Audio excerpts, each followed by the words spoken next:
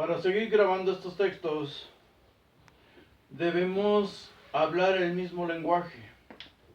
Debemos entender los mismos términos. Porque si no, empezamos a divagar, a no comprendernos. Y debemos ser un grupo homogéneo, obvio, en nuestro entendimiento de los temas, nada más. No es dogmático, cada quien le sirva de escalón para pisar de aquí hacia arriba. Y que la información que comparto con ustedes sea válida, sea útil.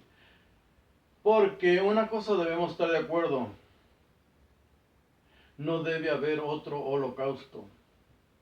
Y por lo menos otro holocausto judío no habrá. Cada vez menos judíos ortodoxos hay. Cada vez hay menos judíos hasídicos. El judaísmo hoy es solo una cultura y la religión es parte de esa cultura. No debe haber más guerras por religión.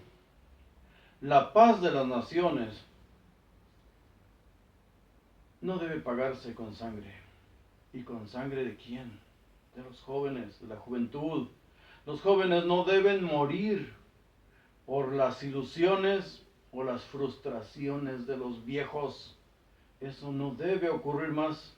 No debe ocurrir más. Vamos a tratar un tema muy interesante porque hemos estado repitiendo el reino de los cielos, y Jesús predicaba el reino de los cielos, y Jesús venía a preparar el reino de los cielos, y cuando se aparece resucitado a sus discípulos, ¿qué es lo primero que le preguntan? ¿Cuándo vas a instaurar el reino de los cielos? ¿Y qué es o qué era para los judíos en ese entonces el reino de los cielos? Todo es una lucha. El ser humano está en una lucha. No podemos estar con la mirada puesta al cielo y despegar los pies del suelo. Debemos buscar un punto intermedio. Porque buscando sobrevivir, huir o luchar es nuestra existencia. Huir o luchar siempre, siempre. Todas las especies. Pero cuando las ciudades se convierten en jungla, los leones no deben huir de las hienas. No nos deben asustar mediocres, no nos deben asustar pusilánimes, no nos deben asustar ignorantes. Hoy día, arqueólogos judíos se afanan desenterrando su pasado.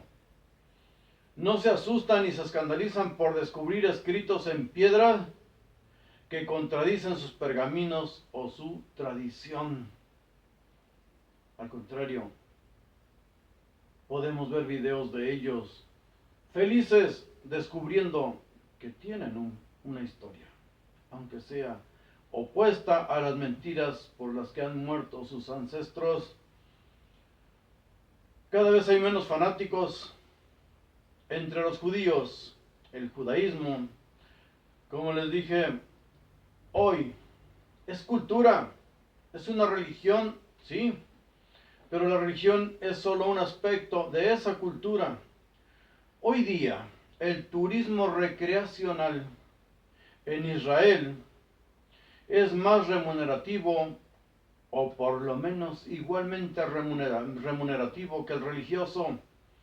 Los desfiles de la comunidad LGTB en Tel Aviv son conocidos internacionalmente. Pueden buscar videos.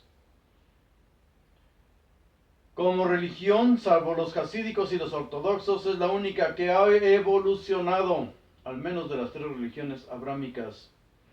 Todas las religiones abrámicas tres emanan del judaísmo, pero el judaísmo ha evolucionado y el cristianismo y el islam van para atrás, pero muy para atrás.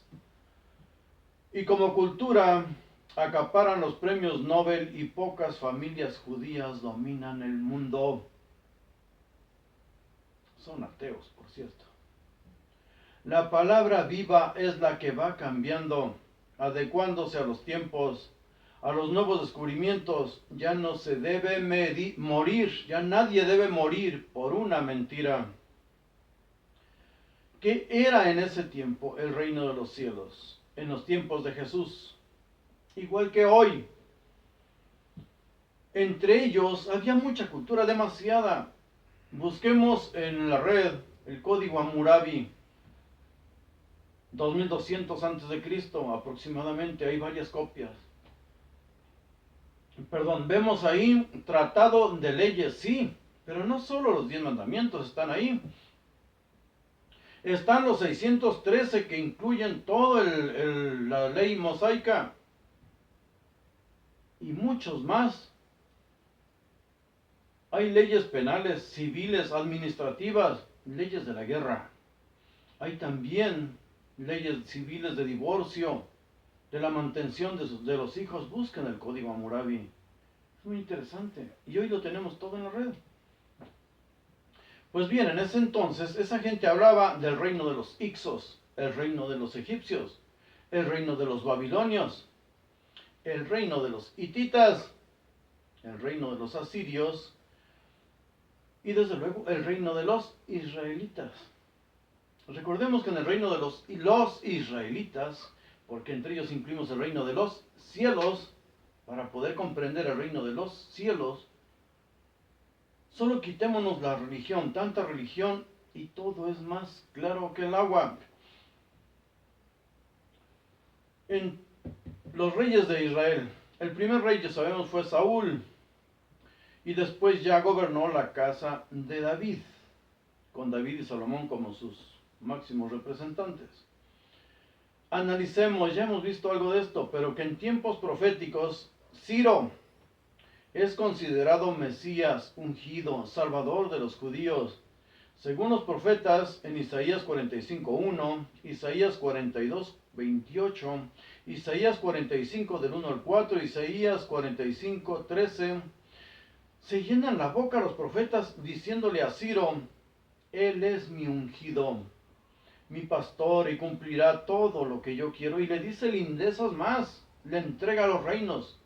Dios irá por delante, así lo dice, Yahvé irá por delante de ti, abriendo las ciudades, las puertas de las ciudades, desatando el cinturón de los lomos de los reyes, o sea, porque ahí tenían el arco, la flecha, pues desatándole el cinturón para desarmarlos, en otras palabras. Es interesante, deberían leer eso. Desde luego es falso, es una copia. Todo lo que viene ahí hablando de Ciro, lo dice de Ciro supuestamente, el dios Marduk. Por eso he tenido esto aquí, porque esto, el cilindro de Ciro, es el parteaguas. Si no leemos esto, no vamos a entender jamás todo lo que viene en la Biblia. Después de esas profecías, ¿qué viene? ¿Qué aparece? Del año 167 a 160, el reino de los macabeos ahí en Judea, sin que se preocupara absolutamente nadie. Ciro era persa, sin que se preocupara nadie si era de la raza davídica, si era de la casa de David. Después de los macabeos viene el reino asmoneo, del 134 antes de Cristo al año 37 antes de Cristo. Ahí llega Herodes. Son descendientes de Asmón, un sacerdote del grupo Juarib. Alejandro Janeo fue rey y sumo sacerdote al mismo tiempo, y a partir de él todos los reyes asmoneos eran reyes y sumos sacerdotes. Herodes no se llamó a sí mismo sumo sacerdote, pero él designaba a los sumos sacerdotes. Después Poncio Pilato también designó quién era el sumo sacerdote que iba a tratar directamente con él. Los sumos sacerdotes eran un cargo político, no como nos hacen creer a nosotros, que se la pasan rezando por favor. Andaban armados, administraban haciendas, vidas y haciendas. Debemos ubicarnos en lo que es la realidad histórica. Ahora, Alejandro Janeo sostuvo luchas despiadadas contra los fariseos. ¿Por qué con los fariseos? ¿Y por qué Jesús pelea con los fariseos y no pelea con los sumos sacerdotes, que son saduceos? Porque los fariseos eran aquellos que estudiaban, eran aquellos que entendían, eran aquellos que se debatían y dejemos eso. Eran aquellos que le abrían los ojos a la gente. Es como hoy muchos que medio entienden la Biblia y le enseñan en la Biblia todo lo que las demás religiones o sectas hacen mal. Y con la Biblia en la mano te dicen, ¿ves? Esta es la realidad. Pues los fariseos empezaron con eso y por eso eran sus luchas contra todo el gobierno. Ahora, aparte de Alejandro Janeo, a él lo sustituyó Aristóbulo, y quien fue esposa de Aristóbulo, Salomé Alejandra, no solo no era de la familia de David, no solo no era judía de linaje, eran asmoneos ellos, era mujer y reinó en Jerusalén, reinó en Israel, porque entonces sí habían reconquistado su territorio, y no había ningún problema. Ella no fue al reinar, reinó del 76 al 67 a.C. No se llamó a sí misma suma sacerdota, como hoy la reina de Inglaterra no se declara papa de la religión anglicana, tampoco Salomé Alejandra. Reinó del 76 al 67 a.C. y puso a uno de sus hijos como sumo sacerdote. Del 37 al 4 a.C. reinó Herodes el Grande.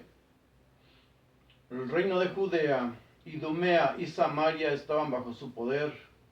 El último rey que tuvo Israel fue Simón Bar Kokhba. Simón Bar Kokhba reinó 3 años. Nosotros creemos que la historia de los judíos se termina con la destrucción del templo en el año 70. Claro que no. Hubo otra revuelta en el año 73.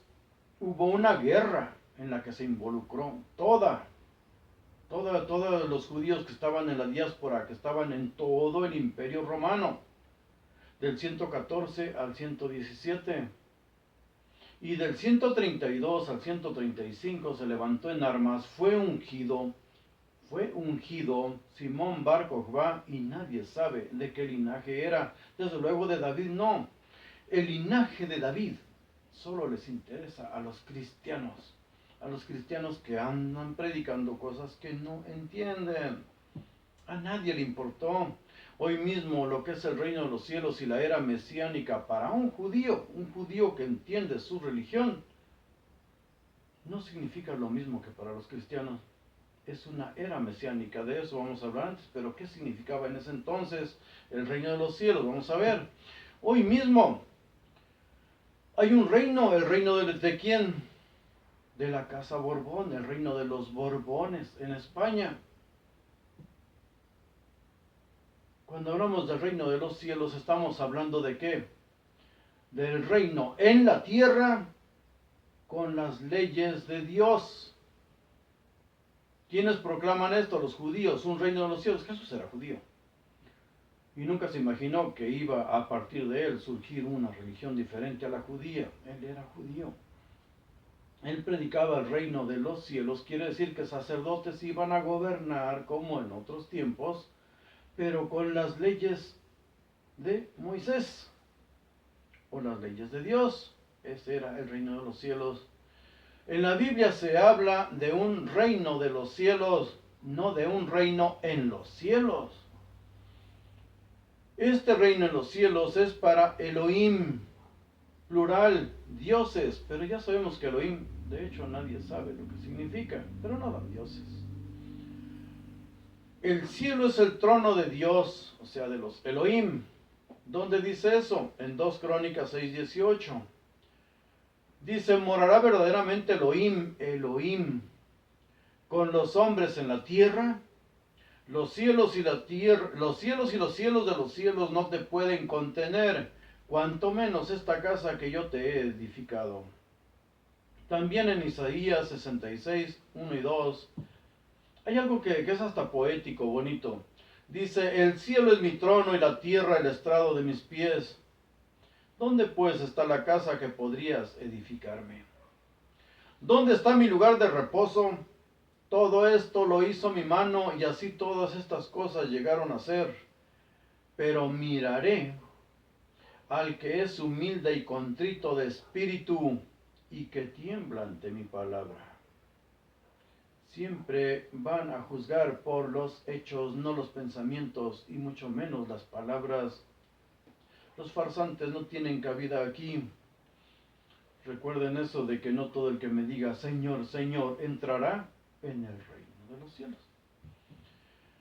En Mateo 5:34 dice, no jures de ninguna manera, ni por el cielo porque es el trono de Dios, ni por la tierra porque es el estrado de sus pies. A Jesús le preguntan directamente por el reino de los cielos. ¿Qué responde él? En Mateo 25:1 les da una explicación por medio de una parábola de las 10 vírgenes que esperan a su novio o su esposo en otras Biblias. No dice que es el reino, sino que dice es como las 10 vírgenes, que debemos estar todos preparados para cuando venga el reino de los cielos, la revuelta judía para imponer sacerdotes. En Mateo 3:2 dice, arrepiéntanse porque el reino de los cielos está cerca. No habla de miles de años después, dice, arrepiéntanse porque el reino de los cielos está cerca. Ahora, en el Apocalipsis es poético y nos lleva a cosas muy interesantes que debemos ir desglosando, pero debemos entender términos. Cielo nuevo y tierra nueva, la nueva Jerusalén, Apocalipsis 21, del 1 al 4. Dice, desciende del cielo como una esposa vestida para el marido. Ellos serán su pueblo y Dios mismo estará con ellos como su Dios. Y luego en Apocalipsis, también en el capítulo 7, habla de los 144,000 marcados en la frente. Se ordena no hacer daño a la tierra, ni al mar, ni a los árboles. Y dice ahí, hasta que hayan marcado en la frente a los siervos de su Dios. El número de los marcados era de 144,000 de todas las tribus de Israel, 12,000 de cada una, de Judá, Rubén, Gad, Aser, Neftalí, Manasés, Simeón, Leví, Isaacar, Zabulón, José y Benjamín. ¿Tú a cuál perteneces? Y si no, ni te apuntes. También vemos que los 144,000 israelitas marcados con el nombre del Cordero y de su padre serán vírgenes. Así lo dice y tiene una connotación muy interesante, pero debemos ir entendiendo paso a paso. En 14:4 Apocalipsis dice, estos son los que no se contaminaron con mujeres, pues son vírgenes. Pero estas profecías iban a ocurrir pronto, no miles de años después. En Génesis 22:10 dice, no selles las palabras de la profecía de este libro, porque el tiempo está cerca. En el versículo 12 vuelve a recalcar, yo vengo pronto para recompensar a cada uno según su obra. El juicio siempre será por lo que haces, no por lo que pienses. El que da testimonio de estas cosas dice, ciertamente vengo pronto. De hecho, me parece que 23 veces en todo el Apocalipsis dice, vengo pronto, esto va a ocurrir pronto. Es algo inmediato. Y sí, porque todo ese problema era con Roma y destruyó todo Israel. Esto es de judíos para judíos, y en esa época hoy ya no aplica, y ellos mismos cuando leemos el Talmud no esperan nada de esto. Aquí dice, ciertamente vengo pronto. ¿Quiénes estarán en el reino de los cielos y dónde? Otra cosa muy interesante, una nueva ciudad venida del cielo, ir a morar con Dios en el cielo. Pero hoy sabemos qué es el cielo. No es un lugar fijo, no es un espacio fijo. Irán los vírgenes con su cuerpo, ¿y a dónde? Habla de una nueva tierra, un cubo. El cubo va a ser el símbolo de los judíos. El cubo o la cava de los descendientes de Ismael, según el Islam. Y el cristianismo también es un cubo. La cruz es un cubo desbaratado. ¿O es el lenguaje apocalíptico un recurso literario para buscar adeptos a una causa bien definida? ¿O qué quieren decir esas parábolas? Porque recordemos que las parábolas son para que la gente no entienda. Él les explicaba en parábolas. ¿Por qué? Porque así podía ir él a las sinagogas, lo mismo que Pablo, meterse a las sinagogas, hablar en parábolas, hablar de modo que no lo entendieran todos. Él es el que estaba viendo quiénes estaban ahí y a quienes les podía participar de sus verdaderos planes. De lo contrario, si fuera a una sinagoga a predicar algo contrario a lo que se predicaba ahí, lo hubieran matado a pedradas hoy mismo.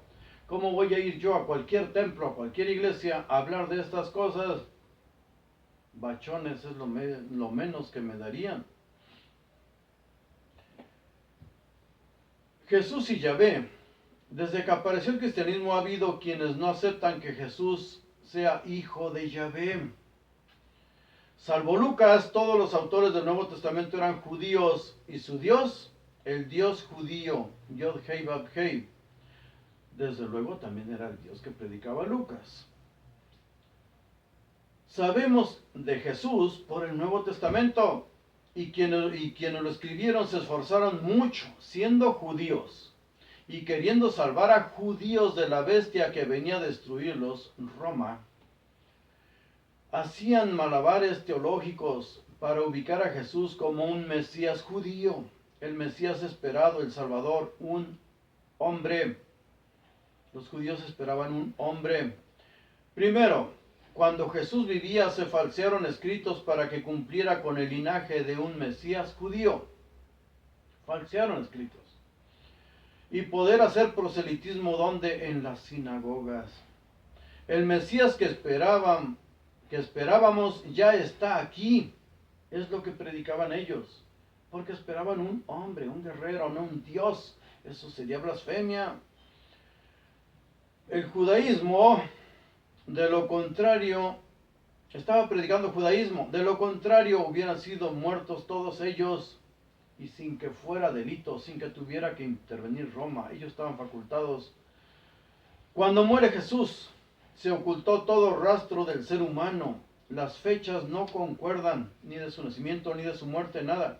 Las genealogías se contradicen. Los lugares geográficos son equivocados o no existían. Nazaret no existía. El hombre se resucitó, es la nueva prédica, y se convierte en un Dios. No había problema, porque todo esto se predicaba a los gentiles, y ellos eso era lo que creían. Sus mismos emperadores se convertían en dioses y hacían milagros. Las profecías judías se convirtieron en mitos griegos, entre ellos el de Alma o Betulá. La profecía de una virgen, no, dice una joven. Tergiversaron los escritos hebreos, el Dios único se convirtió en tres. Según los escritos, el primero que renegó de ese Dios, llamándolo demonio, fue Marción del Ponto. El marcionismo. Decía él, el verdadero Dios es desconocido y ajeno al mundo, revelado por Jesús, al cual se oponía un ser inferior, el demiurgo, el Dios de los judíos. Rechazó el Antiguo Testamento, solo aceptó el Evangelio de Lucas, por no ser judío. Lucas no ser judío, pero su prédica sí es judía. Según